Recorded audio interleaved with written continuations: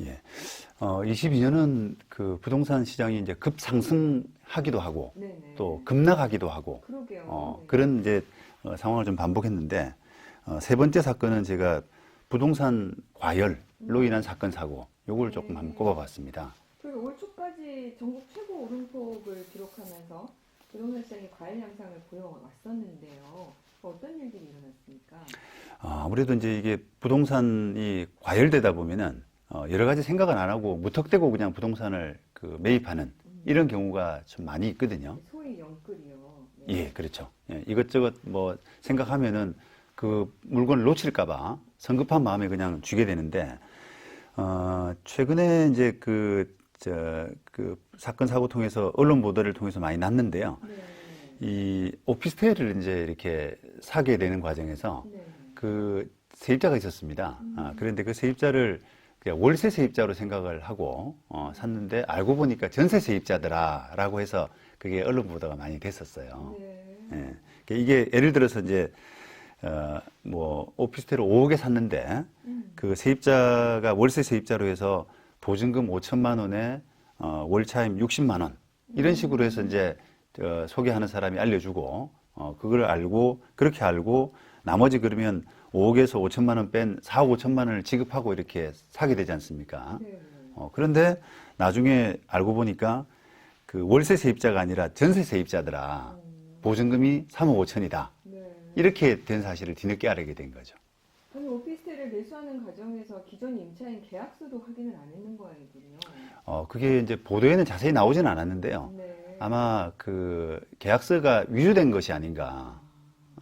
그 소유자가 위조를 했든 아니면 그 중개한 사람 위조를 했든 간에 위조를 통해서 그냥 세입자 확인을 안 하고 그냥 계약서만 보고 취득한 것이 아닌가 이런 생각이 듭니다. 이 경우에 이제 보증금은 매수인이 책임을 져야 되는 겁니까? 이 매수인은 보증금이 그렇게 많은지를 몰랐지 않습니까? 그런데 현행법상 그 보증금 반환 책임을 피할 수가 없게 됩니다. 네. 왜냐하면은 법에는 그 주택을 그 취득한 사람, 양수한 사람은 임대인의 지위를 승계한 것으로 본다라고 해서 네. 그냥 임대인의 지위에 그대로 들어가 버리게 되거든요. 근데 그게 실제 임대차 보증금이 3억 5천이기 때문에 그 보증금 책임을 전부 다 질 수밖에 없는 거죠. 아까 지금 이 변호사님이 소개해 주셨던 대법원 판례도 그렇고 법도 그렇고 그러니 사실 이렇게 책임을 지게 된 매수인 입장에서는 정말 큰 피해를 보겠군요. 네, 그렇죠. 네. 네, 그래서 자, 이걸 네. 이제 예방하려 그러면 사실 우리 양 변호사님 말씀 주신 것처럼 그 확인도 제대로 안 한 네. 부분이 크거든요, 사실은. 네. 그래서 계약서만 이렇게 믿지 말고 세입자를 만나봐야 돼요. 직접 예, 예. 사는 세입자를 만나서 확인해 뭐 보고. 누군지 보증금이 얼마인지 이런 부분을 좀 챙겨봐야 될 필요가 있습니다. 그렇군요. 네.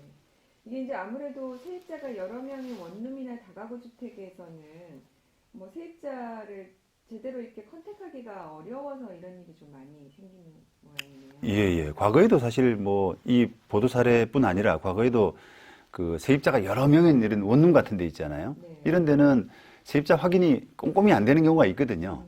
여러 명의 세입자를 뭐 만나보려고 했는데 계속 문이 잠겨 있다든지 이렇게 되면 확인이 안 돼서 실수가 나오는 법이 있는데 이 사건은 이제 세입자가 한 명이었는데도 불구하고 확인이 제대로 안 됐던 겁니다. 그래서 제가 볼 때는 이거는 조금 매수자가 너무 성급하게 산 것이 아닌가. 네. 좀 급한 마음에. 그래서 이제 변호사님이 아까 부동산이 과열 양상이 보일 때 벌어질 수 있는 이런 사건, 사고라고 그렇게 소개를 해주신 거군요. 네, 그렇습니다. 네, 그러니까 제대로 확인 안 하고 가격이 오른다고 하니까 네, 네, 네. 하다 보니 이런 일이 벌어지는군요. 네. 네, 최강석 변호사